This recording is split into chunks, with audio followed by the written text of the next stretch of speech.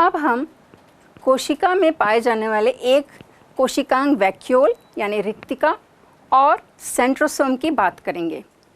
Vacuole जो है वो कोशिका में जो है जगह जगह पर रिक्त स्थान पाए जाते हैं। एक सेमी परमेबल मेम्ब्रेन से घिरी हुई ये रचनाएं हैं। असल में ये रिक्त नहीं रहती, इसमें एक रस भरा रहता है जिसको कोशिका रस कहते हैं। इस वैक्यूल के चारों ओर की झिल्ली को टोनोप्लास्ट कहते हैं और ये जो है टोनोप्लास्ट जो है वो भी याद करने के लिए है क्योंकि इससे संबंधित क्वेश्चन आते हैं कि वैक्यूल की झिल्ली को क्या कहा जाता है। अब इस कोशिका रस में जो है वो क्या क्या होता है, खनिज लवण होता है, पानी होता है, उत्सर्जी पदार्थ होते हैं, कार्बोहाइड्रेट्स होते हैं, प्रोटीन होते हैं, एस्टर्स होते हैं। एनिमल सेल में और जो ग्रोइंग प्लांट सेल हैं यानी कि वृद्धि करती हुई पादप कोशिकाएं हैं, इसकी साइज देखा जाए तो वो छोटी छोटी बिखरी हुई रहती हैं साइटोप्लाज्म में। लेकिन प्लांट सेल में जैसे मैच्योर होती जाती है प्लांट सेल, वैसे ही ये छोटी छोटी रिक्तिकाएं जो हैं आपस में संलयित हो जाती हैं और एक मैच्योर प्लांट सेल में देखा जाए तो संलयित होकर केवल एक ही वैक्यूल रह जाती है, जैसे कि आप ये इस चित्र में देख रहे हैं। और ये पादप कोशिका में जो है लगभग उसके कोशिका द्रव्य का 90% भाग जो है ये रिक्तिका ही घेरती है।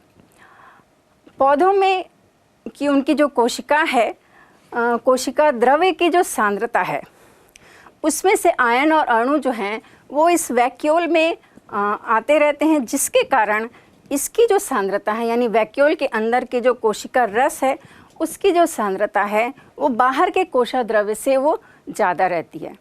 अब हम इसके कार्य की बात करें तो अमीबा में जैसे ये संकुचनशील धानियाँ होती हैं, ये उत्सर्जन के लिए बहुत महत्वपूर्ण होती हैं। और कुछ प्रिमिटिव कोशिकाएं जैसे आद्य जीव हैं, उनमें जो है भोज्य पदार्थ को निगलने के लिए इसका काम होता है। और वैक्यूल्स जो हैं पाचन और उत्सर्जन में भी सहायक होती हैं। अब हम सेंट्रोसोम की बात करें। सेंट्रोसोम जो है वो तारक काय कहते हैं। ये जो तारक काय है वो दरअसल एनिमल सेल की क्वालिटी है, यानी केवल एनिमल सेल में ही ये तारक काय यानी सेंट्रोसोम जो है वो पाया जाता है। कुछ मूवेबल फ्लैजिलेट्स हैं यानी एल्गी जो मूव करते हैं, और कुछ प्रोटिस्ट में ये सेंट्रोसोम जो है वो पाया जाता है। लेकिन मैमल्स की आरबीसी में जो है ये एब्सेंट होता है। अब इस सेंट्रोसोम को जो सबसे पहले जो देखा था बेंडन ने देखा था और टी बावेरी ने इसका विस्तृत अध्ययन किया था। अब ये सेंट्रोसोम जो है वो केंद्रक के पास, आप ये जैसे चित्र में देख रहे हैं, केंद्रक के पास ये गोलाकार मेम्ब्रेनस झिल्ली वाला स्ट्रक्चर है, जिसके अंदर जो है वो सेंट्रियोल होता है यानी तारक केंद्र होता है। ये तारक केंद्र जो है यानी सेंट्रियोल जो है वैसे कोशिका में स्पष्ट रूप से दिखाई नहीं देता है। सामान्य अवस्था में यदि हम इसको देखना चाहें तो ये हमें दिखाई नहीं देता, लेकिन दो सेल डिवीजन के होने वाली जो इंटरफेज रहती है उसमें ये देखा जा सकता है। और सेल डिवीज़न में स्पेशली जब ये सेंट्रियोल जो है दोनों पोल्स में चले जाते हैं, यानी कोशिका विभाजन के समय जब ये दोनों पोल्स में चले जाते हैं तब इसको देखा जा सकता है।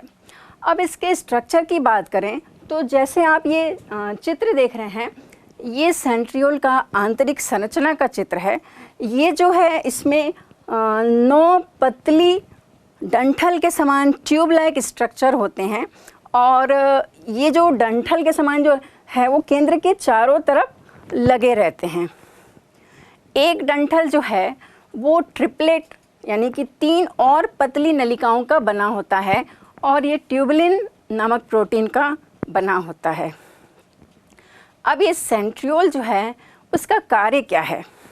दरअसल सेंट्रियोल जो है क्योंकि ये एनिमल सेल में है तो ये सेल डिवीजन में बहुत महत्वपूर्ण भूमिका निभाता है, और प्रोफेज के बाद ये सेंट्रियोल दोनों पोल्स में चला जाता है, और इसमें से स्पिंडल, ये जैसे आप देख रहे हैं स्पिंडल फाइबर्स निकलते हैं, और इस स्पिंडल फाइबर से ही क्रोमोसोम के जो हैं वो सेंट्रोमियर इससे अटैच होते हैं और मेटाफेज की अवस्था में ये क्रोमोसोम को 2 भागों में विभाजित होते हैं।